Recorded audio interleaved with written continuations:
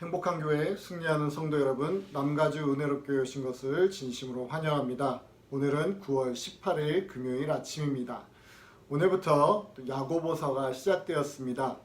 야고보서 1장 1절에 보면 이렇게 말씀합니다. 하나님과 주 예수 그리스도의 종 야고보는 흩어져 있는 12지파에게 문안하노라, 이렇게 말씀합니다. 야고보 사도가 흩어져 있던 유대인들에게 문안하였던 것처럼 오늘 저는 각 가정에서 이렇게 흩어져서 예배를 드리는 우리 모든 성도님들에게 문안 인사를 먼저 드리겠습니다. 그리고 오늘 이 말씀을 통해서 또 야고보서에 나타난 예수 그리스도의 복음이 오늘 우리의 마음속에 가득하게 임하고 말씀에 순종해서 그리스도의 복음을 철저히 우리 지켜나갈 수 있기를 예수님의 이름으로 축원드립니다. 이 시간 우리 함께 찬양하겠습니다.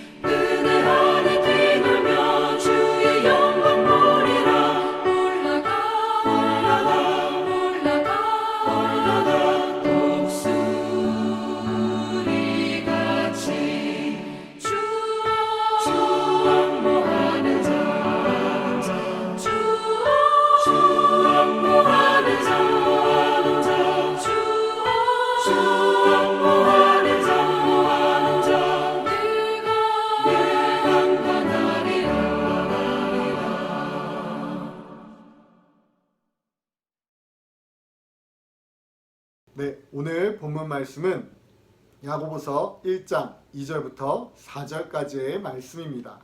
야고보서 1장 2절부터 4절까지의 말씀 다 같이 우리 성경책을 찾아서 우리 한 목소리로 같이 읽도록 하겠습니다. 함께 읽겠습니다. 내 형제들아 너희가 여러 가지 시험을 당하거든 온전히 기쁘게 여기라.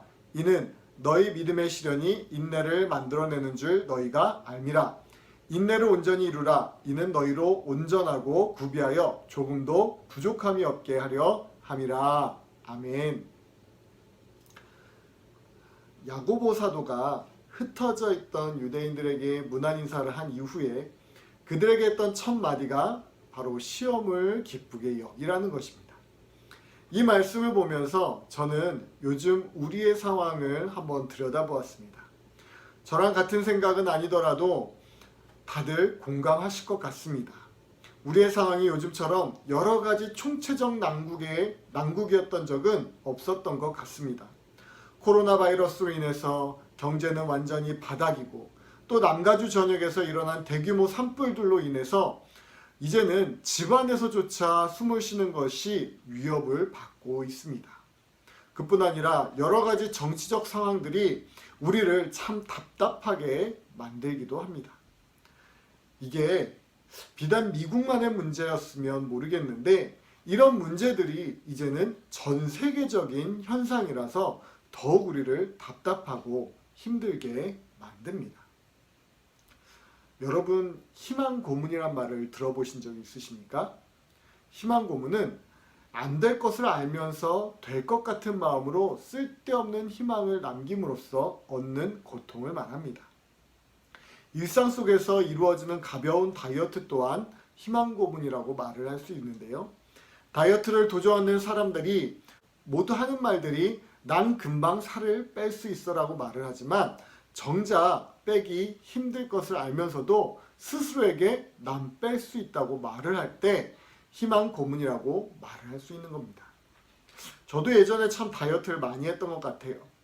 다이어트를 할 때 언제나 자신 있게 나는 이제 다이어트는 충분히 할 수 있지 라고 이야기하지만 정작 한 이틀 지나고 3일이 지나면 도로 또 똑같은 패턴으로 돌아가고 살은 1파운드도 빠지지 않는 그런 경험들을 많이 해보았습니다. 이것처럼 요즘 우리가 사는 이 세상이 희망 고문에 휩싸여 있는 것처럼 보입니다. 마치 야고보 사도가 살았던 그때처럼 말입니다. 그 당시 그리스도인들 또한 종교적, 경제적, 정치적인 측면에서 핍박을 받았습니다. 초대교회 당시 스데반 집사의 순교 이후에 예루살렘에 있는 교회에 큰 핍박이 가해집니다. 사람들은 유대와 사마리아 모든 땅으로 흩어지게 되는데 심지어 베니게, 구브로, 안디옥까지 이르게 됩니다. 그들이 종교적인 핍박 때문에 이렇게 흩어졌지만 그것뿐만은 아니었습니다. 당시 그리스도인들은 또한 정치적인 핍박을 당하기도 하였습니다. 로마의 핍박을 피해서 그들은 점점 더 흩어지게 되고 점점 더 깊은 그런 고난 가운데 놓이게 되는 것입니다. 결국 이런 정치적인 핍박으로 인해서 어떤 결과까지 있었냐면 결국 야고보 사도가 순교까지 당하는 일이 일어나기도 했었습니다. 그리고 또 경제적은 어땠을까요? 경제적인 측면으로 볼 때 그리스도인이라는 이유만으로 그들은 그들의 생활터전을 완전히 빼앗겨 버리고도 말았습니다. 이런 상황이 참 지금의 우리 상황과 매우 비슷해 보입니다.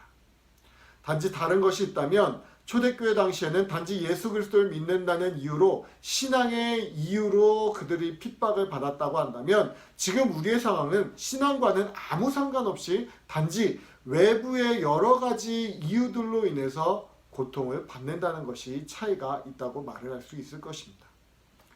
이것이 왜 중요하냐면 아까도 말씀을 드렸지만 야고보 사도가 언급했던 흩어진 그리스도인들에게는 그들이 당하는 시험을 인내하고 나면 믿음의 시련 이후에는 하나님의 위로하심과 기쁨이 그들에게 약속이 되어져 있었기 때문입니다. 그래서 그들은 여러 가지 시험을 만나고 핍박 속에서도 꿋꿋이 버틸 수 있는 힘이 있었습니다. 오늘날 우리에게도 야고보서의 이 말씀은 참된 위로가 되어집니다.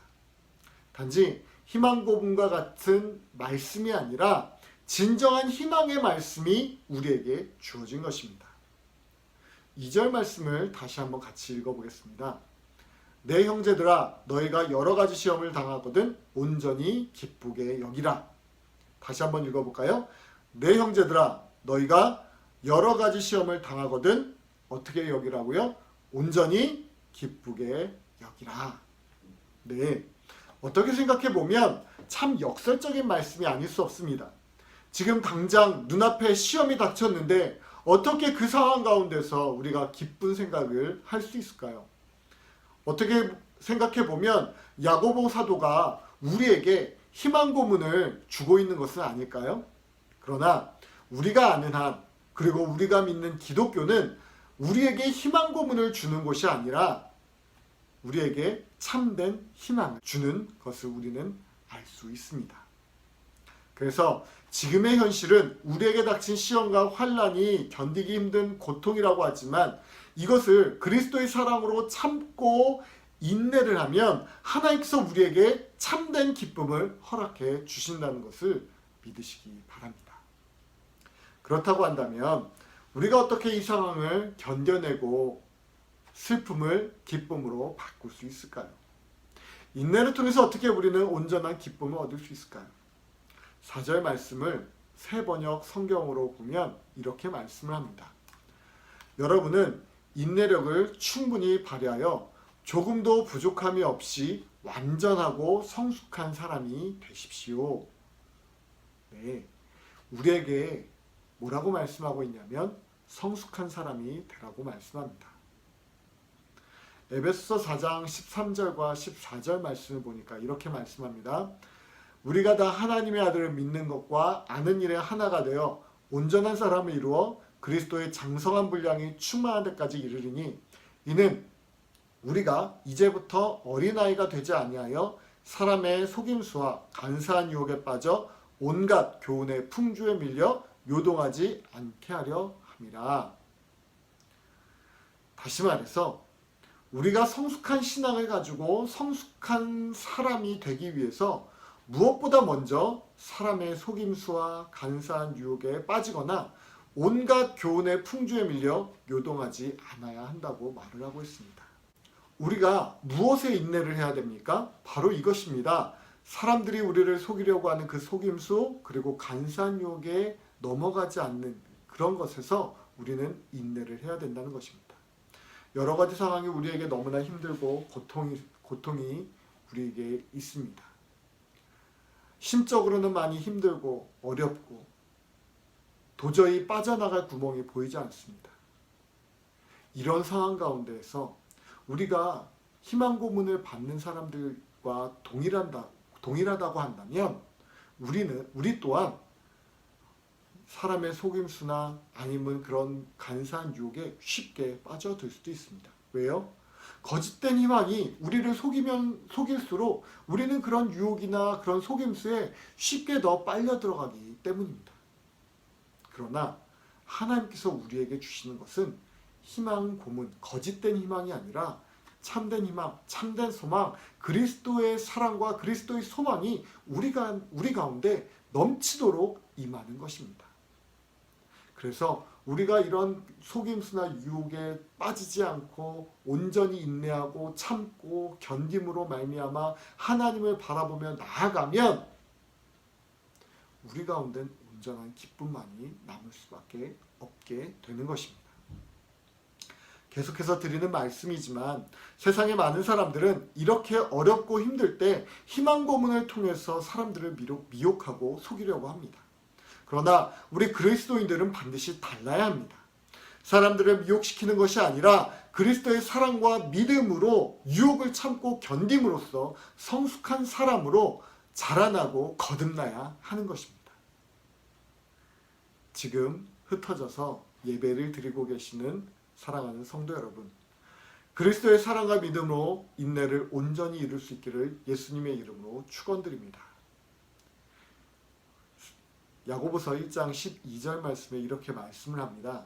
시험을 참는 자는 복이 있나니 이는 시련을 견디어낸 자가 주께서 자기를 사랑하는 자들에게 약속하신 생명의 면류관을 얻을 것이기 때문이라 라고 말씀합니다.